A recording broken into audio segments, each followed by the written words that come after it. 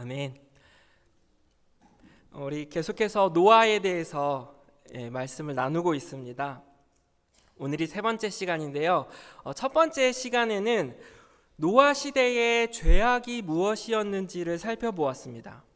그래서 하나님이 이 세상을 심판하실 수밖에 없었던 이유, 바로 하나님의 형상을 닮은 존재가 하나님을 마음에 두지 못하고 땅의 것에 마음을 빼앗겨 먹고 마시고 시집가고 장가가는 일에 몰두하게 되었고, 결국 그 땅이 부패하여 하나님이 그 땅의 포악함을 보시고 심판하게 되었다고 성경은 증거하고 있습니다. 그래서 오늘날 우리도요, 땅에 있는 것이 아니라 땅의 것에 몰두하는 인생이 아니라 하나님의 나라를 품는 하나님의 백성이 되어야 할 것을 나누었었죠. 기억하시죠? 네. 그리고 지난주에는요, 그 심판 가운데서도 하나님 앞에 의로움을 인정받아 구원을 얻고 또 인류의 구원의 통로로 쓰임받았던 노아에 대해서 주목하였습니다. 그가 구원을 얻게 된 이유에 대해서 살펴보았는데요, 성경은 증거합니다. 그가 하나님 앞에 의인이며 당대의 완전한 자였고 하나님과 동행하였던 자라고 고백하고 있습니다. 그런데 우리가 의문을 품었던 것이 있어요. 성경에 기록되었던 것은 의인은 하나도 없다라고 말씀했는데 노아는 어찌하여 의인인가? 라는 질문이요. 노아가 하나님께 의롭다함을 얻었던 이유는 노아의 믿음 때문이었다고 고백했습니다. 바로 하나님 앞에 순종하는 믿음, 노아가 여호와께서 자기에게 명하신 대로 다 준행하였더라. 그리고 그 순종하는 비결은 하나님과 동행하는 것이며, 그리고 호흡하는 기도에 있음을 제가 말씀드렸습니다. 우리 예수님께서도요, 십자가를 지시기 위해 순종의 길을 가시기 위해 날마다 기도하셨습니다. 제자들과 바쁜 일상을 보내시다가도 항상 한적한 곳을 찾아 은밀한 중에 보시는 하나님 앞에 나아가 기도하셨지요. 그리고 겟셋마네 동산에서 기도하시면서 얼마나 간절히 기도하셨던지 땀방울이 핏방울이 되기까지 힘써 기도하셨습니다. 결국 하나님께 구원의 통로로 쓰임 받는 비결은 하나님께 순종하는 믿음의 자세이다. 그리고 우리가 순종을 드리기 위해서는 하나님 앞에 나아가 그 십자가 앞에 엎드려 기도하는 것이다. 이렇게 말씀드렸습니다. 지난주 말씀도 기억하시죠? 네, 아멘입니다. 오늘은요, 노아 세 번째 시간으로 오늘이 노아 시리즈의 가장 하이라이트가 되는 말씀입니다. 어떻게 보면 지난 두 번의 설교는 오늘의 설교를 위한 빌드업의 과정이었다고 볼 수 있어요. 바로 노아 이야기 속에 담긴 하나님의 구원 계획입니다. 그래서 오늘의 설교는 목표는 두 가지예요. 첫째, 하나님이 우리를 구원하시고자 하실 때 어떤 마음을 갖고 구원하셨는가, 그 마음이 무엇인지를 발견하는 것이고, 두 번째, 결국에는 하나님의 구원은 그리스도로 연결되지 않습니까? 그래서 어떻게 노아의 방주가 예수 그리스도를 예표하는지 복음과 연결하여서 하나님의 말씀을 증거하길 원합니다. 먼저 첫 번째로 우리가 주목하길 원하는 것은 심판하시는 하나님의 마음이에요. 제가 여러분께 질문을 드리겠습니다. 마음속으로 대답하시면 돼요. 그동안 노아의 이야기를 쭉 들었는데 노아 홍수의 이야기 속에서 나타난 하나님은 어떤 모습으로 비춰지시나요? 1번 따뜻한 하나님, 2번 무서운 하나님. 마음속으로 대답하셨죠? 하나님께서 자신이 창조한 사람을 보며 창조하신 것을 후회하시고 지면에서 쓸어버리시겠다는 표현을 보면 따뜻한 하나님보다는 왠지 무서운 하나님, 경노하시며 심판하시는 하나님으로 비춰지는 것은 무리가 아닙니다. 동의하시죠? 창세기 1장에요. 하나님의 창조 사역이 등장하잖아요. 하나님이 천지를 창조하시고 자신의 형상을 닮은 사람을 창조하실 때 하나님은 보시기에 참 좋았다라고 말씀하셨습니다. 우리 창세기 1장 31절 말씀 스크린을 통해 한번 읽어보시죠. 시작. 심히 좋았더라. 네, 여기까지 읽겠습니다. 여기서 심이라는 단어가 히브리어로 메오드라는 단어인데요. 성경에서는 더할 나위 없는 상태를 가리킬 때 주로 사용된 단어입니다. 하나님께서 너무나 흡족해 하시면서 감탄하신 말씀이에요. 심히 좋았더라. 그런데 불과 몇 장 안 넘겨서 창세기 6장에는 하나님은 땅을 바라보시며 땅 위에 사람 지으신 것을 한탄하셨다라고 말씀하고 있어요. 6장 7절을 같이 읽어보시죠. 시작. 이르시되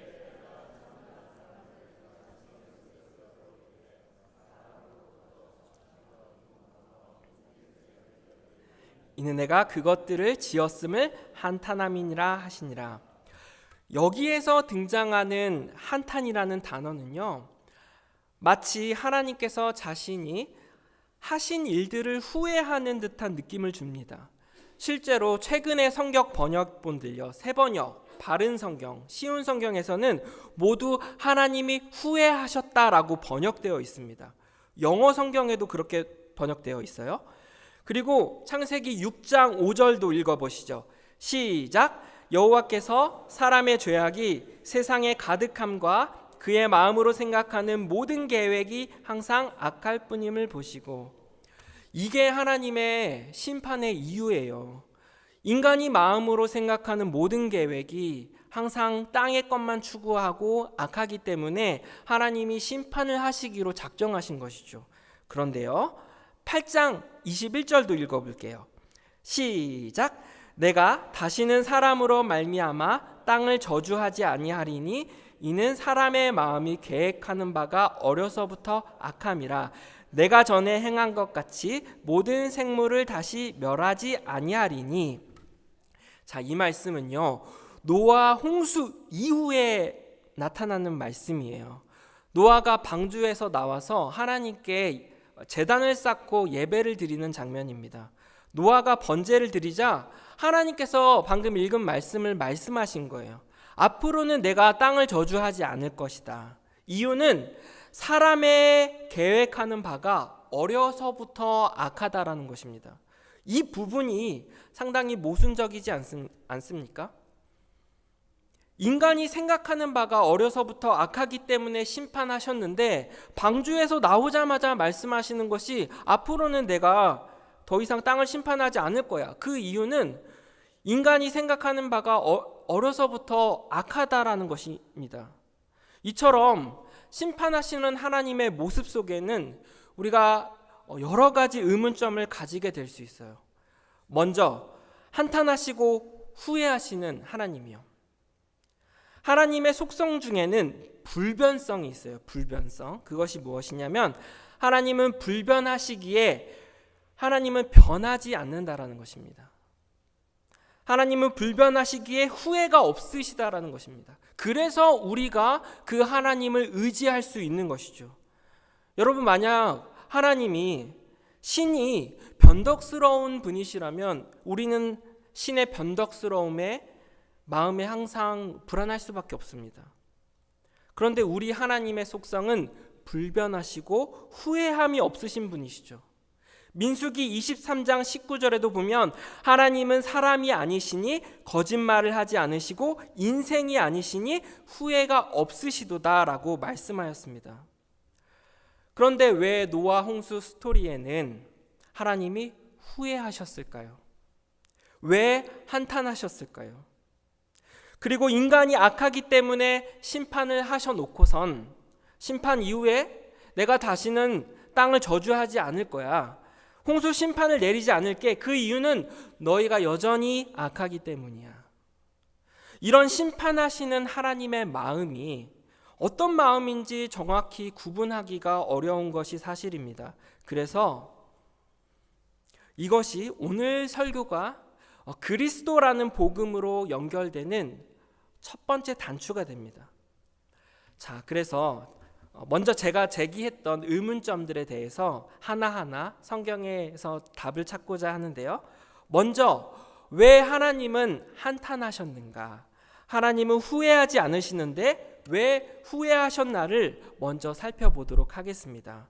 창세기 6장 7절에 나타난 한탄하다 그리고 후회하다로 번역된 히브리어 단어는요, 나함이라는 동사예요. 나함.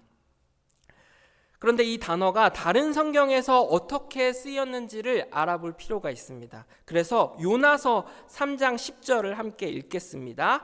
시작. 하나님이 그들이 행한 것 곧 그 악한 길에서 돌이켜 떠난 것을 보시고 하나님이 뜻을 돌이키사 그들에게 내리라고 말씀하신 재앙을 내리지 아니하시니라. 여기서 뜻을 돌이키사가 바로 나함이라는 동사예요. 이 단어가 창세기 6장에서 번역된 것처럼 반드시 후회하시거나 그리고 한탄하시다는 걸로 쓰이지 않고요. 하나님이 주어로 등장할 때 다른 성경에서 이 나함이라는 동사의 기본 의미는 마음을 바꾸다, 하나님이 마음을 바꾸다라는 뜻으로 자주 사용됨을 볼 수 있어요. 하나 더 살펴보죠. 요엘서 2장 13절에서 14절 말씀입니다. 우리 함께 읽겠습니다. 시작.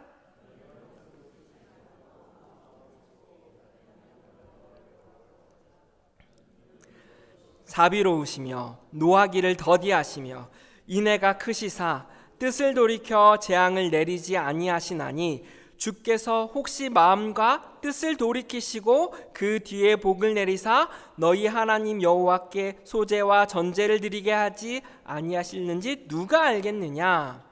자, 이 말씀은요, 요엘 시대에 이스라엘 백성들이 하나님이 심판을 경험하게 됩니다.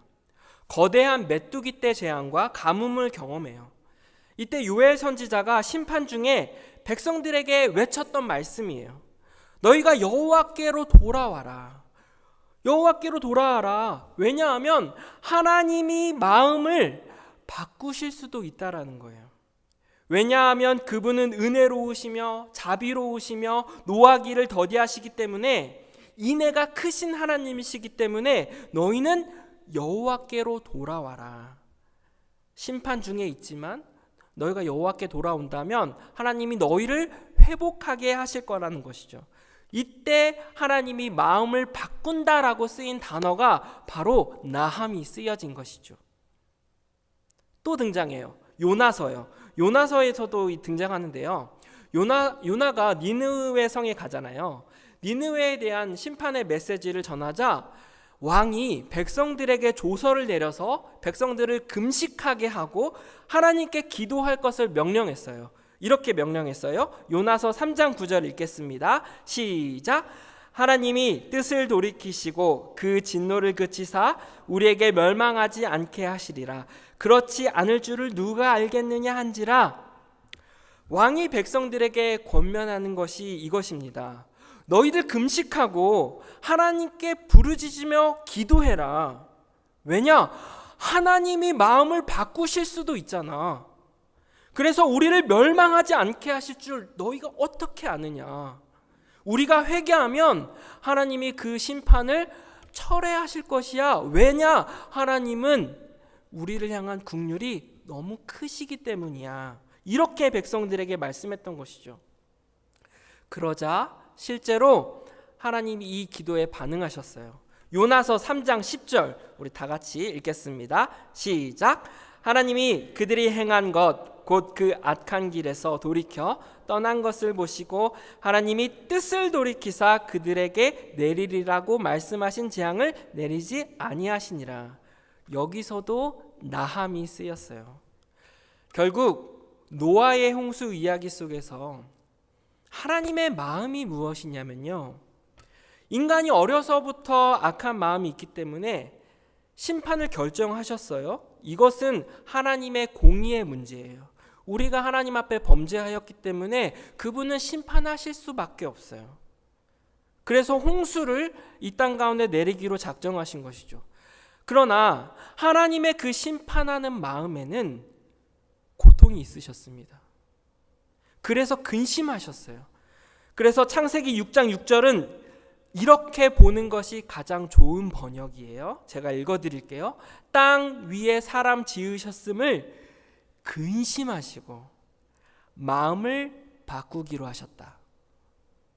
그래서 하나님은 홍수 이후에 마음을 바꾸십니다.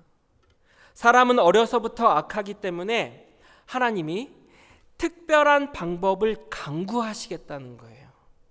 그것이 이제 우리가 살펴볼 베드로전서 3장 18절에서 22절에 나타난 노아의 방주가 어떻게 예수 그리스도를 예표하는지, 어떻게 복음과 연결되는지를 지금부터 살펴보겠습니다.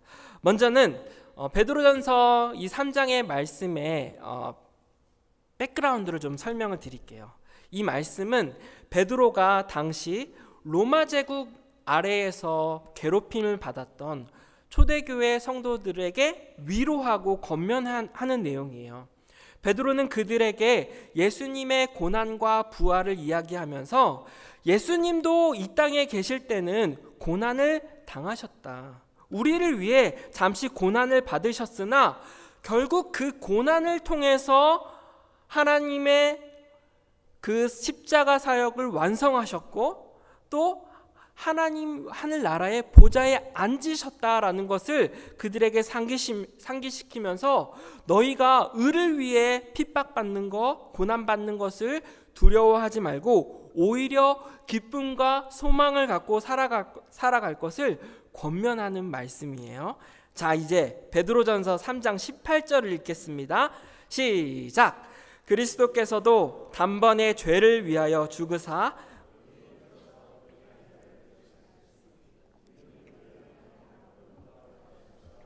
육체로는 죽임을 당하시고 영으로는 살리심을 받으셨으니. 아멘. 이 18절은요, 기독교 복음의 정수가 담긴 핵심 구절이죠.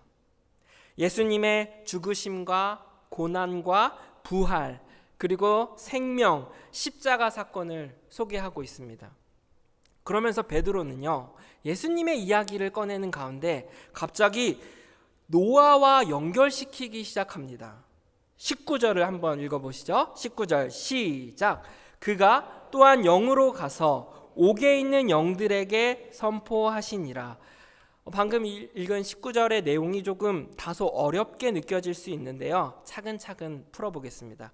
9절 말씀을 스크린에 계속 띄워주시면 감사하겠습니다. 말씀을 보면서 제 설명을 들어보셔요. 18절. 네. 그는 바로 여기서 19절이요. 19절로 넘어갈게요. 여기서 그는 18절에 나타난 예수님이죠. 예수님이 영으로 가서 옥에 있는 영들에게 선포하시니라. 예수님이 영으로 갔다는 말이에요. 잘 이해가 안 되시죠? 이제 저를 보시죠. 예수님은 이 땅에 육신 창조하신 분입니다. 예수님은 육신으로 계셨죠. 그래서 다시 말씀을 19절 말씀 다시 띄워주세요. 자, 다시 읽어보겠습니다.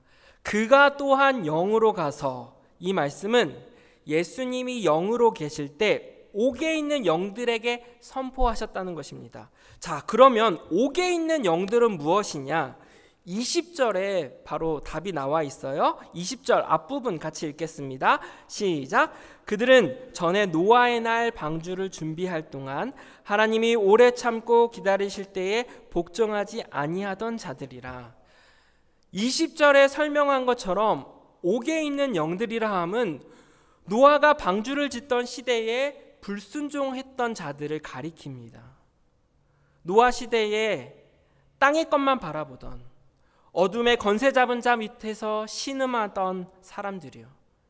쉽게 말하면 하나님을 모르고 살아가는 이 세상 사람들을 가리킵니다. 우리도 예수님을 믿기 전에 그런 자들이었습니다. 사망과 어둠의 권세자 밑에서 노예 생활을 하던 사람들이었죠. 구원을 알지 못하고 예수를 모르고 살아가는 사람들이었습니다. 다시 19절 말씀 다시 보여주세요. 자, 다시 읽겠습니다. 옥에 있는 영들에게 선포하시니라. 예수님이 영으로 노아 시대에 불순종했던 자들에게 선포하셨다는 것입니다. 영들에게 선포하시니라. 옛날 성경에는 전파하셨다라고 번역되었는데 이 개역 개정으로 넘어오면서 좀 더 원어에 가까운 단어로 번역이 되었습니다. 그래서 전파에서 선포로 바뀌었는데요. 아주 다른 차이가 있어요. 그러니까 전파하다라는 것은 전도죠. 전도죠. 헬라어로 유앙겔리온, 전파하다라는 뜻입니다. 그런데 여기에서 쓰여진 선포했다라는 단어는요, 케리소라는 단어예요. 이 단어의 뜻은 선언하다라는 뜻입니다. 전파보다는 더 큰 개념이라고 할 수 있는 것이죠. 여러분이 하나님의 자녀로 이 땅에 살아가면서 우리에게 주어진 하루하루를 살아가는 것이 바로 케리소예요. 여러분의 일터를 생각해 보시죠. 매일매일 살아가는 그 일터요. 그 사회 안에서 내가 하나님의 자녀답게 삶을 살아가는 것이 케리소예요. 땅을 바라보며 사는 그들에게 시종일관 위를 바라보는 우리의 모습, 그 모습이 그들에게 선포되어지는 것이죠. 하나님의 살아계심과 복음을 우리의 삶으로 선포하는 거예요. 그게 케리소예요. 그러면 노아 시대에는 누구를 통해 그와 같은 선포를 이루었나요? 바로 노아를 통해서요. 노아가 120년간 산 위에서 방주를 만들었습니다. 제가 지난주에 말씀드렸던 것처럼 그 시대의 사람들은 비를 경험해 보지 못했기 때문에 노아가 비를 대비해서 산 꼭대기에 방주를 짓는 모습을 볼 때 그 당시의 사람들이 얼마나 이상하게 바라봤을까요? 나무를 준비해서 그 나무를 산 꼭대기에 갖고 오르면서 가족들과 그렇게 120년간 방주를 짓는 모습을 보면서 그들에게 사람들은 노아에게 뭐 하는 짓이냐고 묻기도 하고, 노아는 하나님께서 비를 내리실 것이라는 그 경고의 메시지를 선포했을 것입니다. 그러나 땅을 바라보던 그들은 위를 바라보던 노아를 비웃고 조롱했던 것이죠. 그리고 창세기 7장 8절에서 9절 말씀에요, 복음의 메시지가 암시되어 있는데요. 우리 같이 읽어보도록 하겠습니다. 7장 8절 시작. 정결한 짐승과 부정한 짐승과 새와 땅에 기는 모든 것은 하나님이 노아에게 명하신 대로 암수 둘씩 노아에게 나와 방주에게로 들어갔으며, 노아가 배를 다 만들고 나서 부정한 짐승과 정결한 짐승을 함께 방주에 넣습니다. 하나님은 정결한 짐승과 부정한 짐승을 구분하고 계세요. 구분하고 계시지만 부정한 것을 제외하는 것이 아니라 그 방주에 함께 들어가도록 허락하시는 것이죠. 이것이 복음에 관한 메시지 때문입니다. 부정한 것을 정결한 것을 통해 구한다는 것이 복음의 개념이에요. 바로 예수 그리스도를 말하는 것이고, 정결한 짐승을 대표하는 것이 어린 양이죠. 그것이 바로 예수 그리스도를 예표하는 것이고, 부정을 대표하는 것은 아담이죠. 아담적 존재, 바로 우리를 말하는 것이죠. 정결한 것과 부정한 것이 방주 안에 함께 거하도록 하나님이 허락하셨습니다.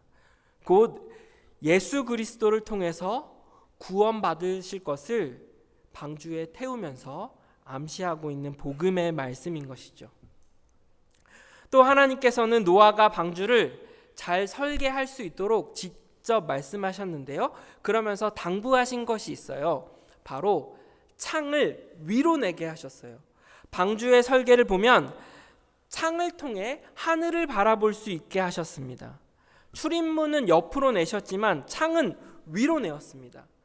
그런데 보통 창은 우리가 바깥을 볼 수 있도록 옆에다 두는 것이 일반적인데, 노아의 방주는 정확하게 그 창을 위로 설계하였어요. 이것을 헬라어로 아노센이라고 하는데 위로부터라는 뜻입니다.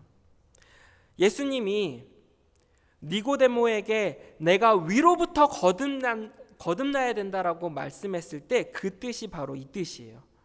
그리고 골로새서 3장 1절에도 위의 것을 찾으라라고 말씀하셨을 때 아노센이 쓰였어요. 그 말은 구원은요, 위로부터 임한다는 것입니다. 구원은 하나님으로부터 임하는 것이죠. 또한 노아의 방주는 히브리어로 테바라고 합니다. 테바. 배가 아니라 방주죠. 이것에는 엄청난 차이가 있어요. 배는요, 돛이나 그리고 노를 저어서 우리가 배를 자율적으로 이렇게 운전하지 않습니까? 그런데 방주는 움직일 수 있는 방법이 없어요. 사람이 움직이는 것이 아니라 하나님이 지켜주시고 움직이시면서 보호하시는 것이죠. 이것이 테바입니다. 그리고 하나님께서 방주를 만들 때 겉에다가 역청을 바르게 하셨는데요, 이 그림은 정확하게 출애굽기에서도 등장합니다. 아기 모세를 담았던 그 갈대 상자예요. 그것이 히브리어로 똑같이 쓰였어요. 테바라고 쓰였어요. 물이 새지 않도록 갈대 상자에 역청을 발랐어요. 똑같은 그림이죠. 또 그 갈대 상자가 나일강 물가 위로 떠오르면서 하나님께서 그 테바를 움직이게 하셔서 누구에게로 흘러갑니까? 애굽의 공주의 품으로 가도록 인도하셨죠. 또 창세기 7장 16절을 한번 읽어보겠습니다. 시작. 하나님이 그에게 명하신 대로 들어가매 여호와께서 그를 들여보내고 문을 닫으시니라. 자, 이제 방주에 동물들과 가족들이 다 탑승한 후에 일주일이 지나서 하나님이 방주의 문을 닫습니다. 히브리어로 사가르, 문을 닫다라는 뜻입니다. 이 단어에는 성경적으로 두 가지 의미가 동시에 내포되어 있는데요, 바로 심판과 보호라는 의미예요.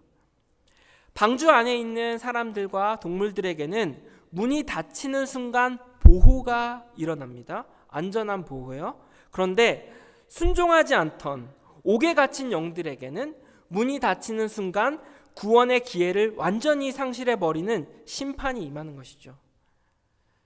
성경 창세기부터 계시록까지 일관된 해석의 원리가 하나 있는데, 바로 물과 바다라는 이미지는 세 가지를 뜻해요. 하나는 심판이고, 하나는 환란이고, 하나는 세상을 의미해요.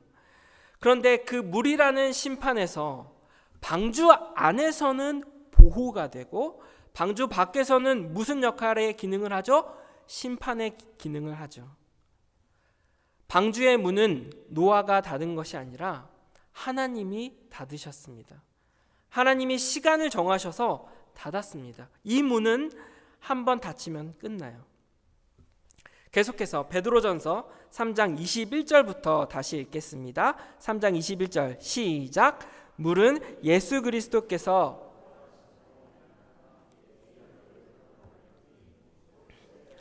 이는 육체의 더러운 것을 제하여 버림이 아니요 하나님을 향한 선한 양심의 간군이라. 이 말씀에서 베드로는 노아의 방주와 홍수 사건을 언급하면서 물은 우리를 구원할 세례의 상징이라고 말씀하고 있어요. 그래서 성경에서 물을 세례와 연결시키는 곳이 또 있는데요, 고린도전서를 보면 사도 바울 역시 이스라엘 백성이 홍해를 통과했던 사건을 언급하면서 이를 세례라고 비유하였습니다. 출애굽하던 이스라엘 백성들을 떠올려 보시죠. 그들은 애굽을 빠져나오면서 홍해를 건넙니다.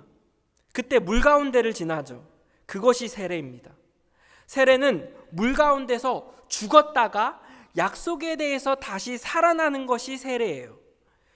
이스라엘 백성이 애굽에서 살았던 노예의 모습들을, 옛 과거의 모습들을, 노예의 모습들을 홍해를 건너면서 끊어내는 것이고, 그 옛 모습은 그 바다에서 죽는 것입니다. 그리고 그 홍해에서는 애굽의 군사들만 빠져 죽게 되지만 이스라엘 백성들은 그 물을 통과하여 약속의 땅으로 나아가죠.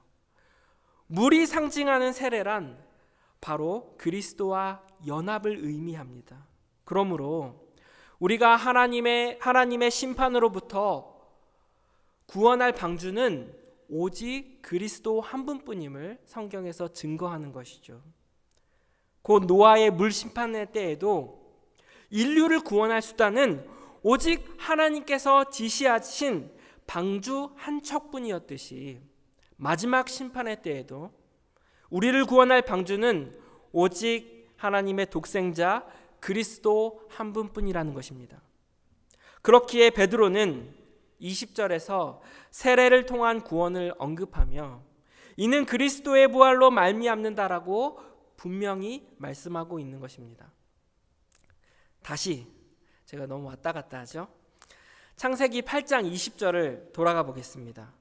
노아가 여호와께 제단을 쌓고 모든 정결한 짐승과 모든 정결한 새 중에서 제물을 취하여 번제로 제단에 드렸더니 드디어 홍수가 끝나고 노아가 나와서 정결한 짐승으로 무엇을 하죠? 번제를 드립니다. 이것이 어린 양 죽음을 예표하는 모형이에요.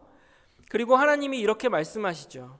8장 21절에 같이 읽겠습니다. 시작. 여호와께서 그 향기를 받으시고 그 중심에 이르시되 내가 다시는 사람으로 말미암아 땅을 저주하지 아니하리니 이는 사람의 마음이 계획하는 바가 어려서부터 악함이라. 내가 전에 행한 것 같이 모든 생물을 다시 멸하지 아니하리니. 자, 이제 그래서 하나님은 홍수 후에 마음을 바꾸시는 것입니다. 노아와 가족들이 구원은 얻었지만 구원받은 노아마저도 죄인입니다. 그래서 하나님이 특별한 방법을 강구하시겠다는 거예요. 사람의 계획이 원래부터 악하기 때문에 인간의 상태를 볼 때 인간 스스로는 구원받을 수 있는 확률이 0.01%도 안 된다는 것입니다. 그래서 정결한 짐승을 끌어내어 제단에서 제물로 드린다는 것은 무엇을 암시하는 것이죠? 인간에게 그리스도라는 대속의 제물이 필요하다라는 것을 말씀하시는 것이죠. 복음의 핵심이 여기에서 증거되고 있는 것입니다. 베드로전서 3장에서 왜 노아의 사건을 이야기하시기 전에 베드로는 그리스도의 죽음을 이야기했을까요? 그 길만이 위로부터 임하는 하나님의 은혜와 거기서부터 오신 예수 그리스도의 성육신 사건만이 우리가 구원받는 유일한 길이라는 것을 설명하는 것입니다. 자, 이제 마지막으로요. 오늘의 결론에 해당하는 베드로전서 3장 22절의 말씀을 보겠습니다. 22절 시작. 그는 하늘에 오르사 하나님 우편에 계시니 천사들과 능력들이 그에게 복종하느니라. 베드로는 예수님이 하늘로 올라가신 후 하나님 우편에 앉아 모든 권세를 가지셨음을 말씀하고 있습니다. 이것이 우리에게 의미하는 바가 무엇이냐면 예수님이 교회의 머리가 되시죠. 머리 되시는 예수님이 이미 하나님의 보좌에 계십니다. 완성의 자리에 이미 가 계신 것이죠. 그러면 지체인 우리 몸은 이 땅에서 시간 싸움에 걸려 있을 뿐이지 우리도 결국 그 영광의 자리에 갑니까? 못 갑니까? 가게 되는 것이죠. 따라가게 되는 것이죠. 우리가 예수를 교회의 머리라고 하고 우리가 지체라고 하는 순간 우리는 반드시 연결되어 그리스도와 함께 따라가게 되어 있는 것입니다. 그래서 예수 그리스도를 통해 구속하신 백성은 예수님이 하늘에 오르사 하늘의 우편에 계신 것처럼 그 지체인 우리가 완성의 자리로 반드시 도착할 것을 약속하고 있는 것입니다.